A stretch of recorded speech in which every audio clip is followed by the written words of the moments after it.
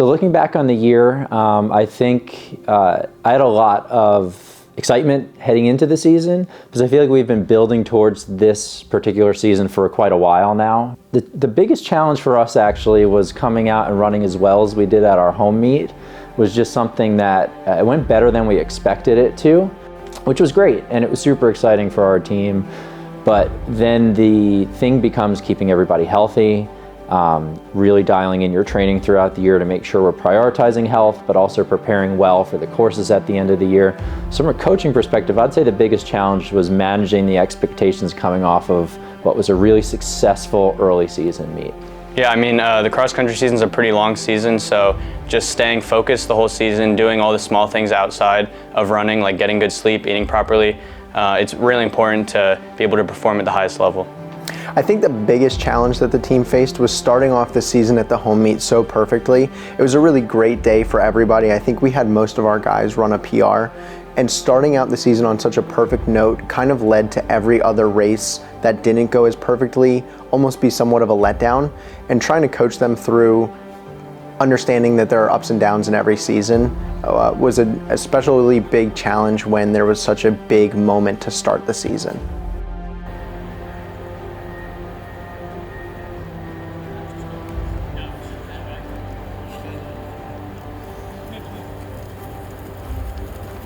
The moment that gave me the most clarity and confidence was actually when we held out a good chunk of our guys and we went and ran at the DeSales Invitational. So we were taking a select group of guys to a meet at Geneseo the week after, and we rested, I think it was about 9 of our top guys, and we still went out there and really held our own against some of the better teams in the conference. And then further, when we held our last chance meet, the majority of those athletes were finishing their season, right? So I think only 2 of our athletes continued from our last chance meet into max the next week, and we rested our top 10. Just seeing how well that ended for our team, people just really hit well at the end of the season. That gave me a lot of confidence too. So kind of that middle of the season where you're just kind of blindly putting in work and being cautiously optimistic that it's going well. Seeing at the end of the season some of our younger athletes, some of our athletes that aren't quite in the top 12, them come out with such passion and the ability to deliver, that gave me some confidence heading into our postseason meets.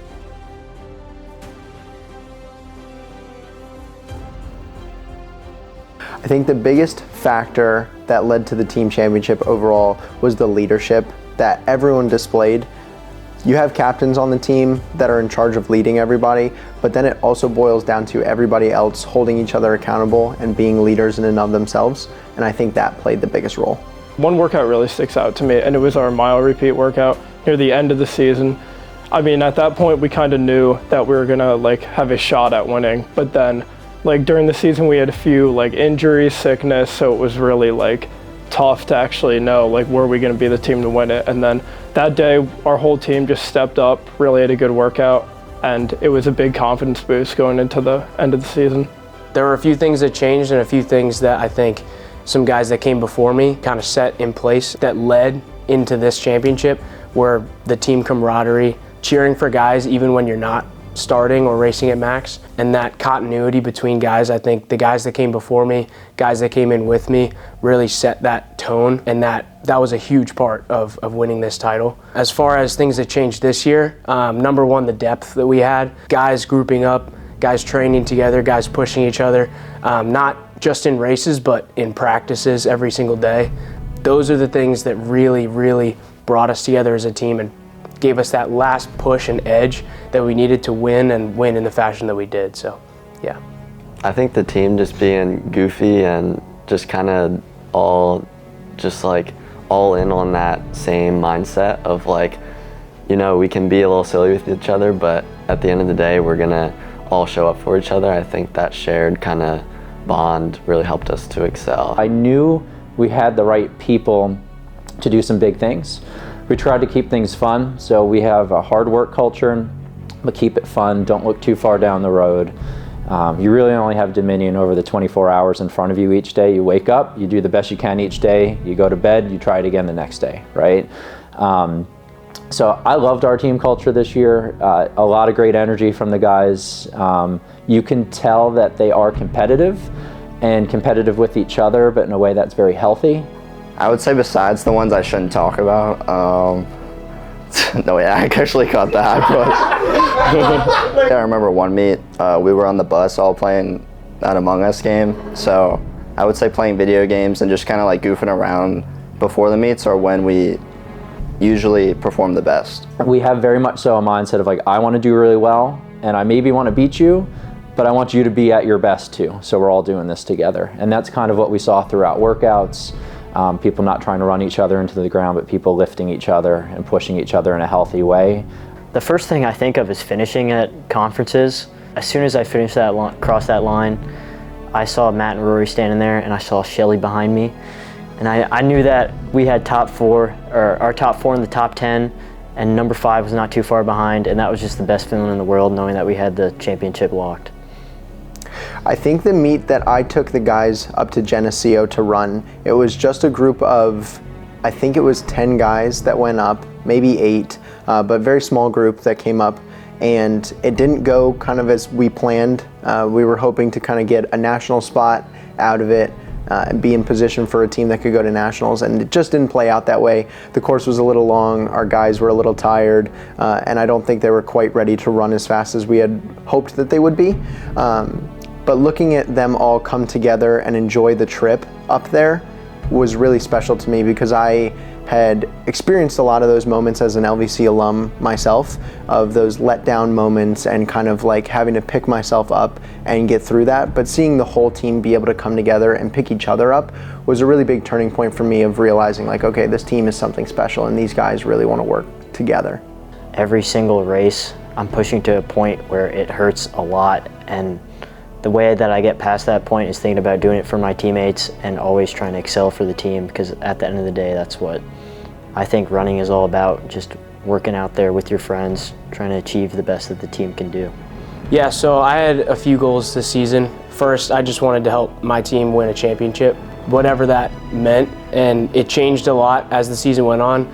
Pre-season, I was thinking I wanted to be a part of that max squad that won the championship, but as the season went on, I realized this team was so deep, we had so many guys that were going to contribute. My role was going to look a bit different, so what I really focused on and ended up achieving in the end was just supporting the guys in any way that I could, cheering from the sideline, training with them.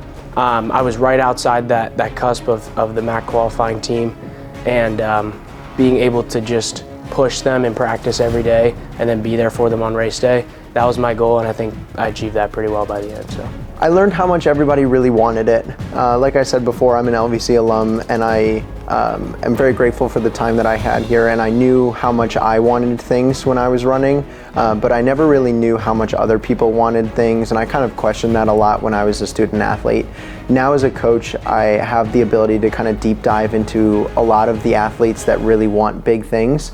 And talking with them all individually, it was really cool to see how much they all wanted something bigger than themselves, something bigger than just an individual accolade, but rather something for the entire team. Was really special to see. I think we have a very close team. We all run for each other.